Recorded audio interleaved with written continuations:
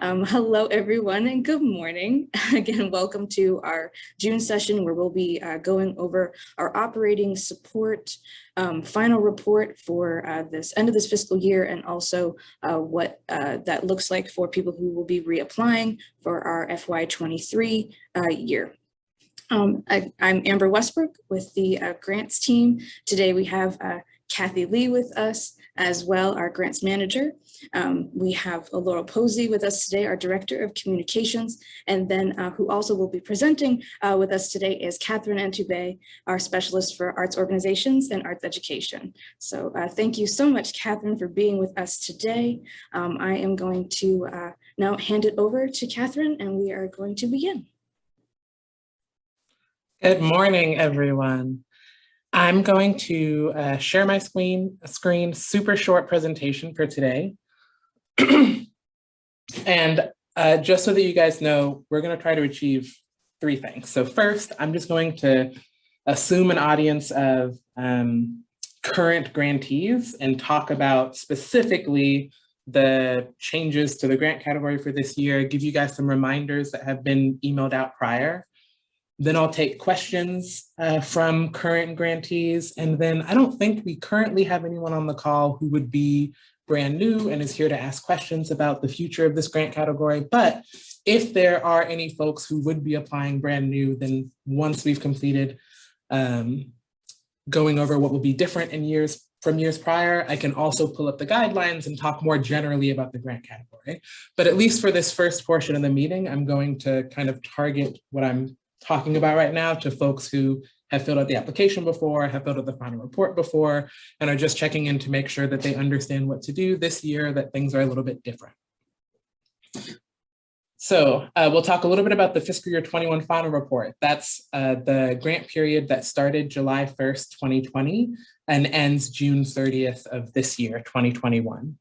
For group one, you'll also be filling out your fiscal year 23 application. And so we'll talk a little bit about that process as well. A couple of key takeaways, and I can switch to presentation mode so it's a little bit bigger. A couple of key takeaways. As a reminder, the Arts Commission is offering all current operating support grantees flat funding for fiscal year 22. All grantees must submit a fiscal year 21 final report to be issued your grant contract for fiscal year 22. There's nothing else that you need to do to get funding for fiscal year 22. That's the year starting July 1st this summer. Final reports will be due Monday, August 16th at midnight. So the last time to get any sort of question answered or support from the commission would be at 5 p.m. on that business day. And then for group one, you'll be emailed on the same day that your final report opens, July 1st, an access code to fill out the application for fiscal year 23 funding. For general operating support that you run on a 3-year cycle, this will be applying for the cycle from fiscal year 23 through 25. Operating support for small organizations, that's a 2-year cycle. So that'll be for the fiscal years 23 and 24. Operating support for small organizations, y'all have previously been applying all as one large group, where we've split you into a group 1 and a group 2 for this year, and you'll be emailed those groupings twice, once directly from me, and then once individually when your final report and application open in the grant portal. We do rely, this is a large grant category, we have 176 operating support grantees. So if you have not received an email within the first week of July, check your spam folder and reach out to us. Please, please, please be proactive. It's much easier for us to catch things like maybe the contact at your organization changed in the last year and you didn't receive the email. I have a really intense sort of spam filter at my government agency email address, and maybe you just can't track it down. Please reach out proactively. It's easier for us to help at the beginning of July than 3 days before the deadline. This timeline has been emailed out to you. I'll highlight first that really the only thing that's changing is when you submit the application in the year that you're required to resubmit. So rather than submitting your final report in August, and then submitting an application in the winter time, we're doing both of those processes at the same time. Everything else, though, will happen on the timeline that it's always happened at. So in July, your final report form will be assigned to you. In August, your final report form will be due. And for group 1, your application will be due with that final report. In September, your grant contracts will be issued for fiscal year 22. In December, as in years prior, we'll ask that you submit your first payment request if you're ready to do so. And then for group 1, even though you're applying in July, our panels are still happening in the spring. Okay. So for group 1, your panel review will be happening in spring 2022, and you'll be notified of your grant award for the fiscal year 23 through 25 or 23 through 24 grant cycle in June. So we know that's a really long, that feels like a crazy, crazy long wait, but it's not actually a change from prior years. The only part of the timeline that's really changing is that you're submitting the application and duplicating less information by submitting it at the same time as your final report instead of in November. Next July, it'll be group 2's turn to submit an application with their final report.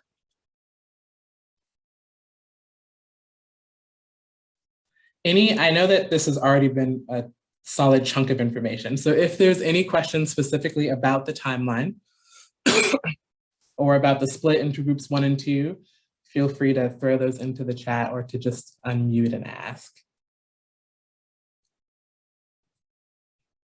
Okay, I'm gonna go ahead. Catherine, can I just make one comment about payments?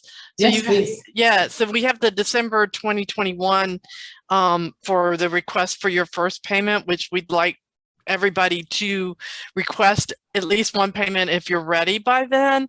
But that does not mean you have to wait until December 2021 to request a first payment. If you've got expenses in September and you need funding, then you can submit as early as we get your signed contract. So just wanted to clarify on that. Thank you, Kathy. Yeah, a lot of folks do go ahead and request their grant right away in September, October.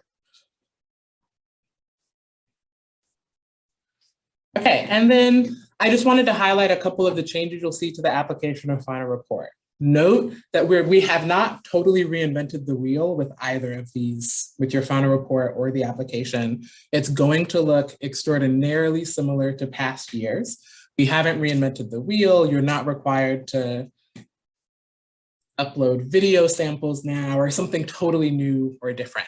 The main changes that have been made in your final report, we've added some sections to allow you to report data relevant to COVID-19. So there'll be space for you to report virtual participation numbers. We did not have that space in prior years. And there'll also be some space for you to describe the impact of COVID-19 on your organization. Things that have come up in prior final reports this year, we understand that virtual participation is going to be really hard to track for a lot of organizations this year. It will feel brand new to a lot of folks, so please just estimate to the best of your ability.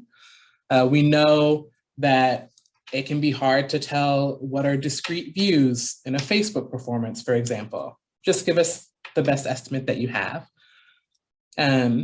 We'll also ask that you try not to double count participants. So if you have an 8-week session and 12 people came to all 8 sessions, you'd count 12 people participating. You wouldn't multiply 12 by 8.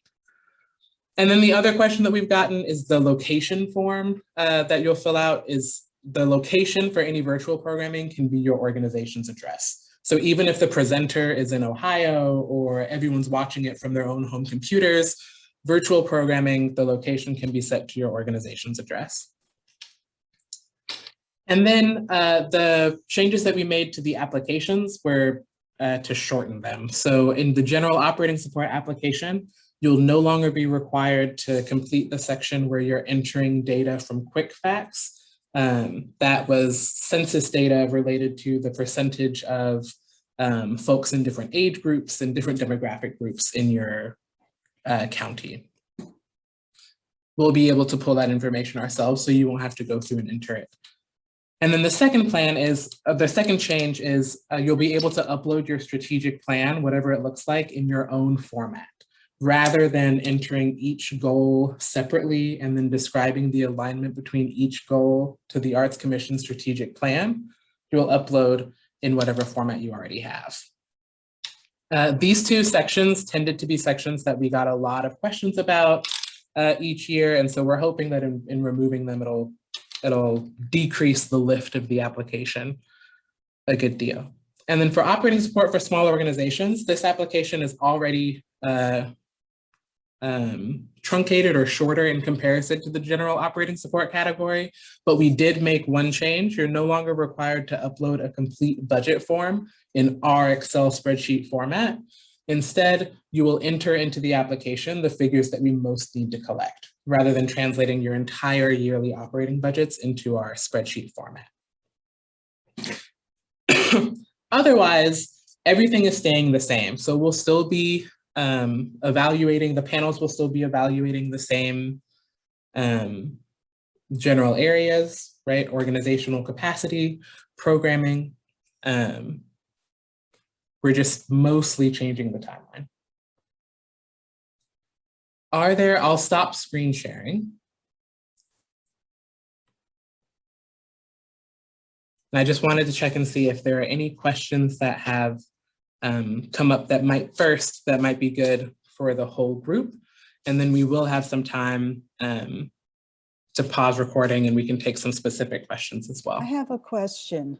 Yeah. On the virtual, when you're counting virtual attendance, for example, we do monthly sessions. Now, am I understanding it right that there are a different number of people and different people at each session? So do we count the total number for each session, or do we just count the average per session? I'm a little confused about how you estimate the attendees at a virtual performance. Yeah. It will really depend with what level of detail you're able to even assess the data. So YouTube views, you cannot tell who did what YouTube view really are. So you would just be totaling YouTube views. If you have the capacity, if you did like Zoom registration forms, and you can just count the total number of people that participated. So even if Sally came 6 times, you're only counting Sally once, do that. If you can't, okay. Right. We're also providing space for you to describe how you tracked your virtual participation. So if you we didn't put this section in to try to like get you, we're assuming that everyone's doing the best that they can. So if you have any anxieties about what you did in that section, just describe it there so that we know. So if you could write something like, we predict there's actually some overlap in our virtual events, but we weren't able to track it. Great. That comment section is there for you to express any difficulties or concerns, anything that you had in tracking virtual data. We won't be reporting virtual numbers to the NEA. They don't track that actually, but we knew that that would be a huge part of organizations' stories of what they did this past year. And so we wanted to provide a space, even if imperfect, for y'all to celebrate all of the people that you reached virtually. Did that answer the? Yes, thank you. Okay, no problem.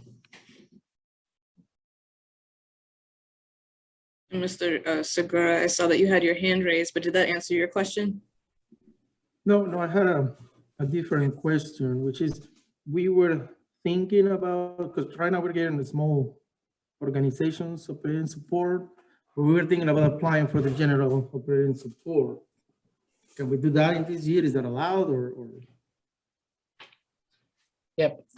So we don't know yet if we'll be able to open the grant categories to new applicants in either category. I think this is probably, if you can email me separately, I can look and see. I'd need to know like what group you were assigned to know when your reapplication year falls. But generally the answer is no, you can't switch this year. But if you have a question about it, email us and let's talk through it in more detail.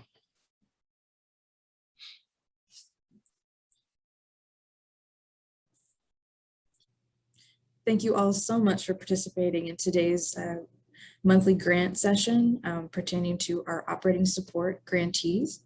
We greatly appreciate all the hard work you do. If you have any further questions for us, please email us at grants@arts.sc.gov. Also, please remember, we do have our one-on-one meetings that you can schedule with us through our grants coaching webpage.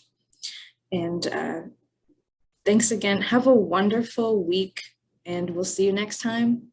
We'll always be here.